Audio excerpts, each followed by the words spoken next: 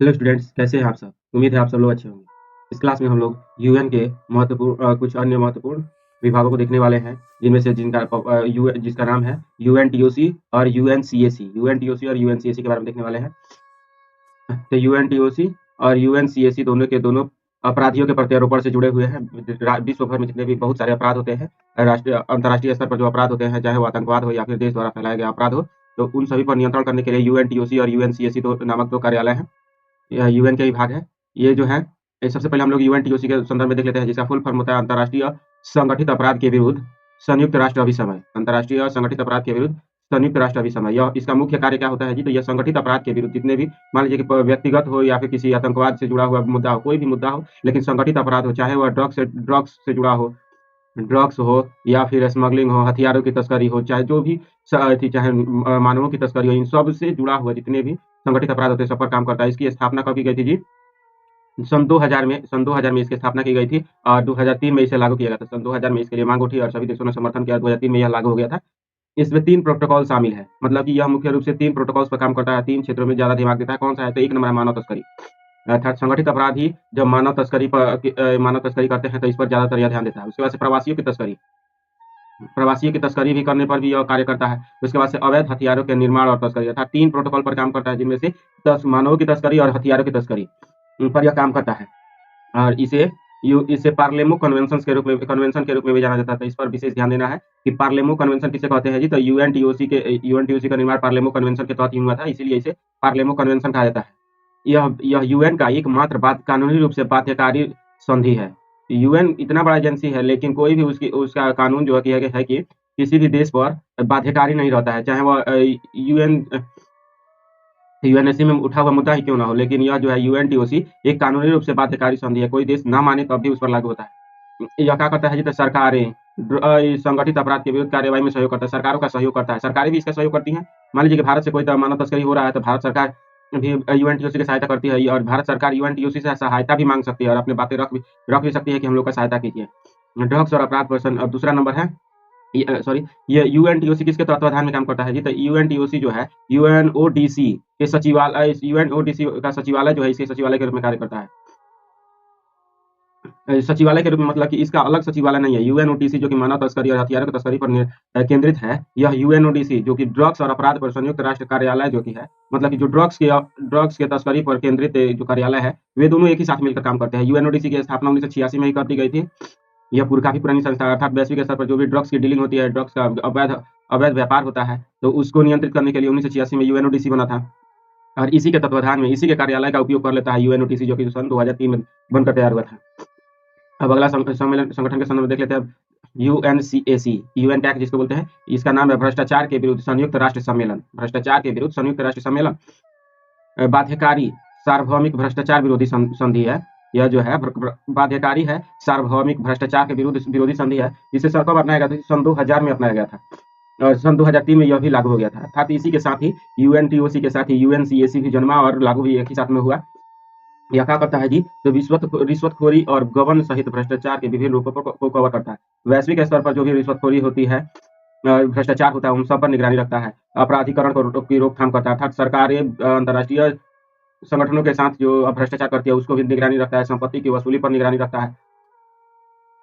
और अब देख लेते हैं यहाँ पर यूएनटीओसी और यूएनसीएसी के संदर्भ में जानने के बाद हम लोग थोड़ा सा यूएन के द्वारा की समितियों और कुछ प्रमुख समितियों और रिपोर्ट्स के बारे में जान लेते हैं, जो कि काफी चर्चा में हमेशा रहते हैं, अभी भी आई रहते हैं।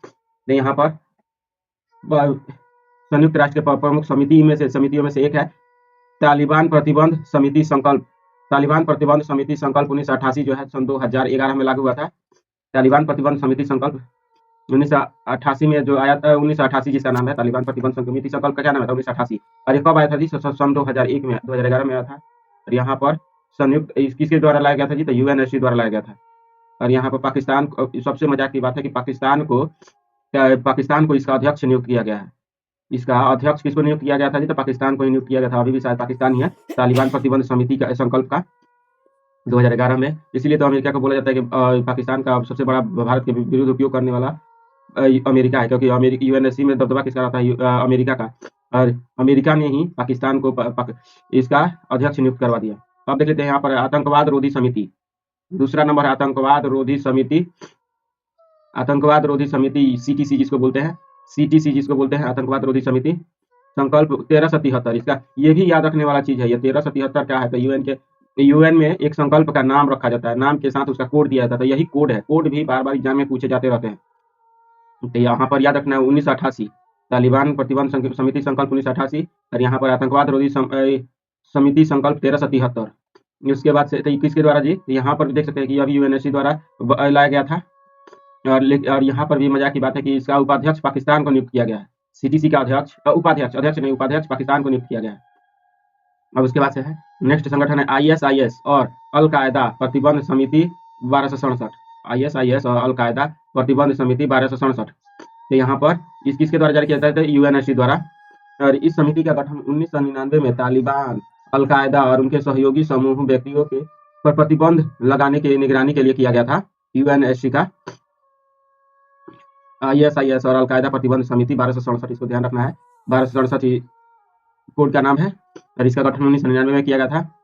अब देख लेते हैं नेक्स्ट संगठन है आतंकवाद पीड़ितों के संघ का नेटवर्क, जिसका नाम है VOTAN। तो ये याद रखने वाला, भूटान, आतंक पीड़ितों के संघ का नेटवर्क भूटान। किसके द्वारा लाया गया था जी, तो यूएनओसीटी, अभी जिसके बारे में पढ़े थे, यूएनओसीटी संयुक्त राष्ट्र आतंकवाद रोधी कार्यालय, जिसका अध्यक्ष कौन है जी, तो उपाध्यक्ष पाकिस्तान को नियुक्त किया गया है। यहाँ पर यूएनओसीटी, यहाँ पर जो भी आतंकवाद से पीड़ित हैं उनको सहायता करने का वैश्विक नेटवर्क है। जितने भी लोग आतंकवाद से पीड़ित होते हैं उनकी सहायता के लिए संकल्पित है। और इसी के तहत 2022 में संयुक्त राष्ट्र वैश्विक कांग्रेस का निर्माण हुआ है।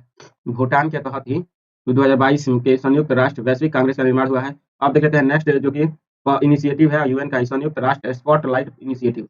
संयुक्त राष्ट्र स्पॉटलाइट संघ जो है, ये स्पॉटलाइट पर ध्यान रखना है कि किसके द्वारा जारी किया जाता है जी, तो यूएन के द्वारा जारी किया जाता है। और इसके सहयोगी के रूप में यूएन भी काम करता है। ईयू और यूएन दोनों मिलकर संयुक्त राष्ट्र स्पॉटलाइट इनिशिएटिव शुरू किए हुए हैं। इनका स्पॉटलाइट, इसका मुख्य लक्ष्य क्या है, तो सभी महिलाओं को, इसका लक्ष्य है महिलाओं को हाशिए पर रहने वाली और असुरक्षित महिलाएं हिंसा और हानिकारक प्रथाओं से मुक्त जीवन जी सके। अर्थात महिलाओं को आगे बढ़ाने के लिए, पिछड़ेपन को दूर कराने के लिए यह कार्य करता है, और उन्हें हिंसा, तस्करी जैसे कई जो भी शोषणकारी कार्य है उनको कम करने के लिए संयुक्त राष्ट्र स्पॉटलाइट इनिशिएटिव काम करता है। अब देख लेते हैं नेक्स्ट जो कि विश्व निवेश रिपोर्ट, यह किसके द्वारा जारी किया जाता है जी, तो UNCTAD अंकटाड जिसको बोलते हैं। यह भी क्या है, संयुक्त राष्ट्र व्यापार और विकास सम्मेलन जो कि है। यह विश्व भर में FDI के रुझान को निगरानी रखता है कि विश्व भर में FDI जो कि एक देश के निवेशक दूसरे देश में निवेश करते हैं, इन पर निगरानी रखने का काम कौन करता है जी, विश्व निवेश रिपोर्ट, अंकटाड का विश्व निवेश रिपोर्ट। उसके बाद से देख लेते हैं विश्व ऋण रिपोर्ट 2025। विश्व ऋण रिपोर्ट 2025 संयुक्त राष्ट्र और व्यापार और विकास सम्मेलन UNCTAD अंकटाड इसको भी बोलते हैं। यह निम्न और मध्यम आय वाले देशों के लिए बाहरी ऋण सांख्यिकी और विश्लेषण का काम करता है। बाहरी ऋण सांख्यिकी और विश्लेषण का काम करता है यह। अब देख लेते हैं नेक्स्ट ऑर्गेनाइजेशन, जिसका नाम है विश्व जनसंख्या की स्थिति रिपोर्ट पर काम करता है, जो कि वास्तविक जनन संकट के बारे में जानकारी देता है। तो जनसंख्या स्थिति पर रिपोर्ट UNFPA द्वारा जारी किया जाता है, जिसका नाम है संयुक्त राष्ट्र जनसंख्या कोष। अब यहाँ पर इसके बारे में जान लेते हैं। इसकी स्थापना, UNFPA की स्थापना 1969 में की गई थी, और इसका वास्तविक नाम क्या था जी, तो संयुक्त राष्ट्र जनसंख्या गतिविधि कोष। यहाँ पर यह ध्यान रखने वाला है, गतिविधि कोष, और इसी का फुल फॉर्म था UNFPA। UNFPA इसी का नाम था, और लेकिन वर्तमान में इसमें से गतिविधि शब्द को हटा दिया गया है। यहाँ पर वर्तमान में गतिविधि शब्द को हिंदी में से हटा दिया गया है। 1907 कब किया गया था जी, तो 1987 में। 1987 में इसका नाम हिंदी में जब नामकरण किया गया तो इसका नाम गतिविधि को हटा दिया गया, और इसका नाम केवल रख दिया गया संयुक्त राष्ट्र जनसंख्या कोष कर दिया गया। तो गतिविधि को हटाकर जनसंख्या कोष केवल कर दिया गया। और जबकि मूल नाम है, क्या नाम है जी, तो जो हिंदी का, जो अंग्रेजी का जो मूल नाम है, संक्षिप्त नाम है UNFPA, उसको बरकरार रखा गया है। तो इसको ध्यान रखना है। UNFPA का फुल फॉर्म होता है संयुक्त राष्ट्र जनसंख्या गतिविधि कोष, लेकिन मूल नाम वही रख दिया गया है, लेकिन हिंदी में उसका नाम परिवर्तित कर दिया गया है।